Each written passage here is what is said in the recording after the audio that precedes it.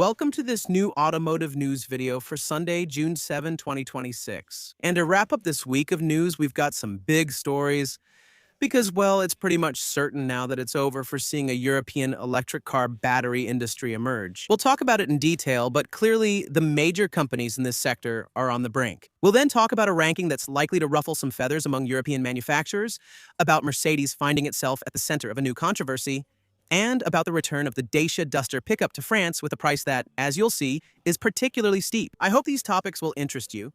If that's the case, I'm counting on you to show it, as usual, by leaving a like, subscribing for the next videos, boosting this one if the option appears for you, and of course also by leaving a comment where you simply share your opinion on today's news.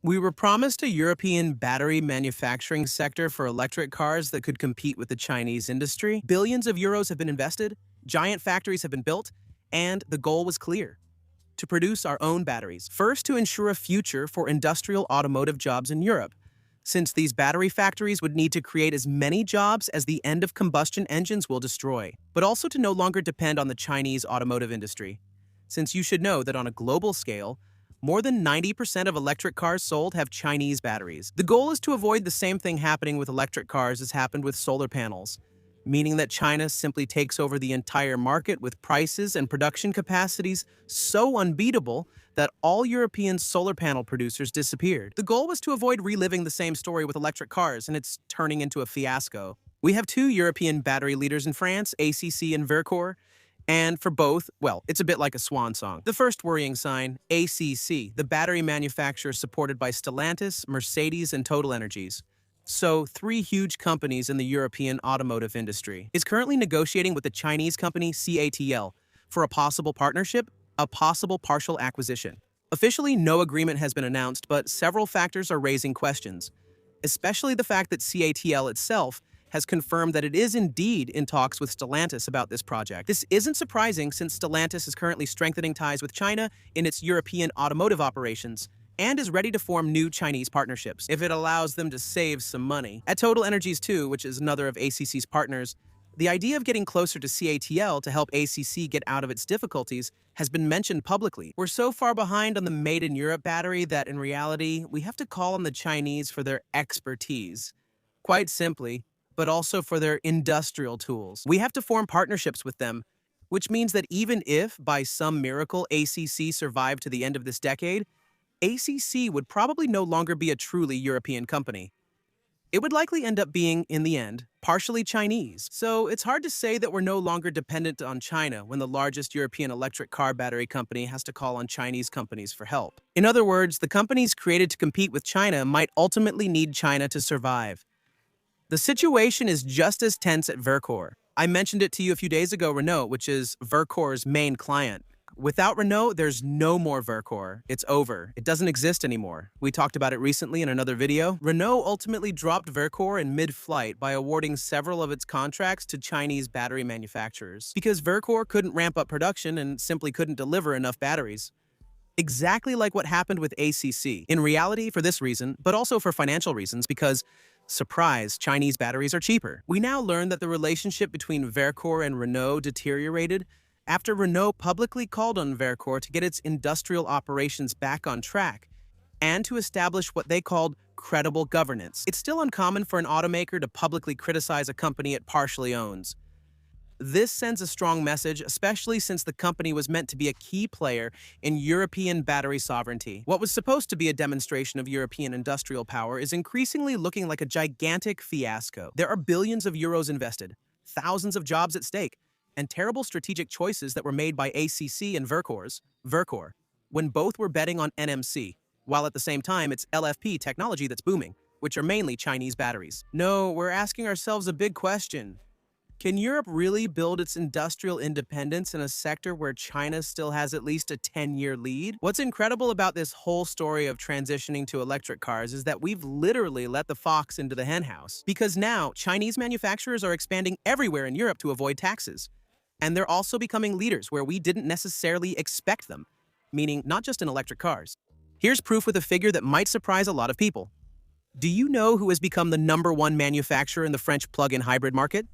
Well, it's BYD, a Chinese brand. And yes, in the month of May alone, BYD registered 1,745 plug-in hybrid vehicles in France, which means 22% of the plug-in hybrid market. BYD holds a quarter of the market, which is highly significant. And this is probably just the beginning because since the start of the year, BYD has recorded 8,700 registrations in France, an increase of more than 81% compared to the same period last year. So yes, this growth is happening in a market that is slowing down, since in France, plug-in hybrid cars now only represent 5% of the market share compared to about 8.5% in 2024. Except that BYD decided that if European manufacturers abandon this niche, it would simply take it over and monopolize it. To do this, it is focusing in particular on plug-in hybrid vehicles with a range extender.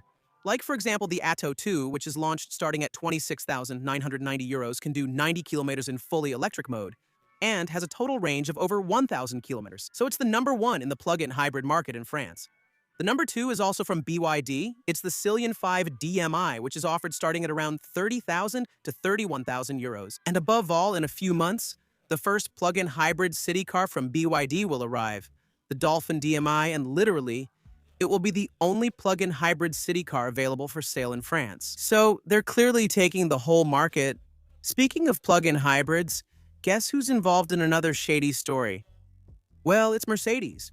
You should know that the ICCT, which is the organization that helped uncover the Dieselgate scandal, has looked into the case of plug-in hybrids. Really, and it turns out that Mercedes is probably the brand that reports the most exaggerated fuel consumption figures compared to reality. This ICCT study focuses on the real fuel consumption of plug-in hybrid vehicles and the differences between the real fuel consumption of plug-in hybrid vehicles and the consumption figures announced, for example, by the WLTP protocol. The ICCT conducted its study using data collected directly from vehicles. Mandatory systems installed on recent cars, the well-known black boxes required by the European Commission. The goal was simple: to compare the official figures with the actual consumption observed on European roads. Réellement observé sur les routes européennes. And the results are still quite striking.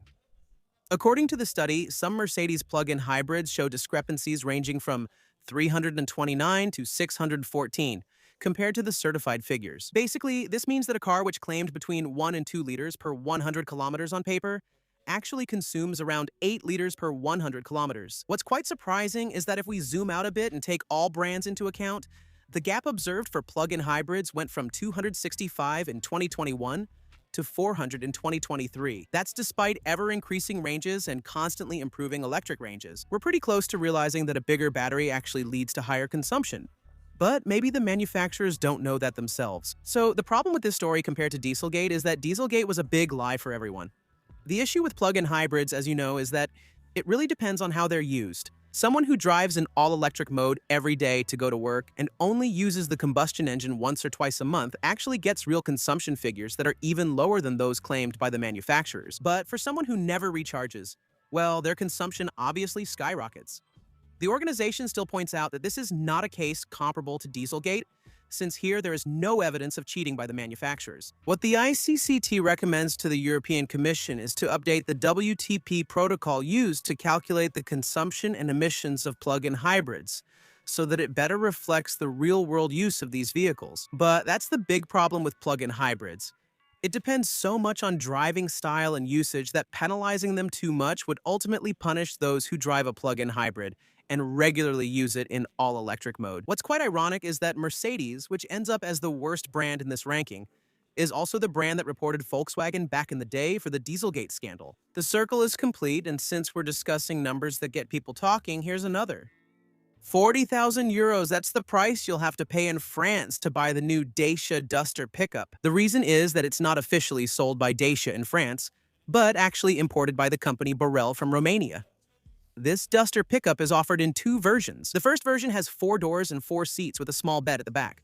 The second, more utilitarian version has 2 seats and comes with a bed that's 1.65 meters long with a stated payload of 500 kilocalories. Under the hood, you'll find the 150 horsepower LPG gasoline engine paired with an automatic transmission and a 48-volt mild hybrid system, as well as all-wheel drive. That's right, 4-wheel drive. So expect to pay 38,500 euros for the 2-seater version and nearly 39,700 for the 4-seater version. For comparison, a regular Duster equipped with the same engine still costs, it's still a sum, 30,300 euros.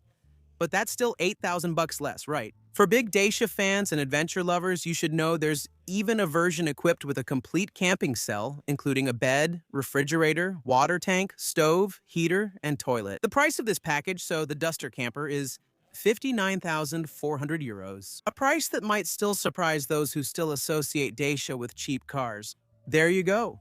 We've covered the latest news of the day and also the latest news from this first week of June 2026. I hope you found this video interesting. If that's the case, I'm counting on you to show it by leaving a like and subscribing. Don't forget that you can also support me and the content I offer you on YouTube by becoming a supporter through the join button below this video. See you tomorrow for another week of news. Bye.